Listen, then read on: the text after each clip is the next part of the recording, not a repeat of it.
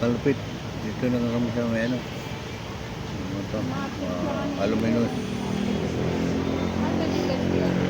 Aluminos. Bayan ng Aluminos kami. Dito kami sa restaurant. Kakain kami ngayon. Stop over lang muna. Sa restaurant. Mga kalupit.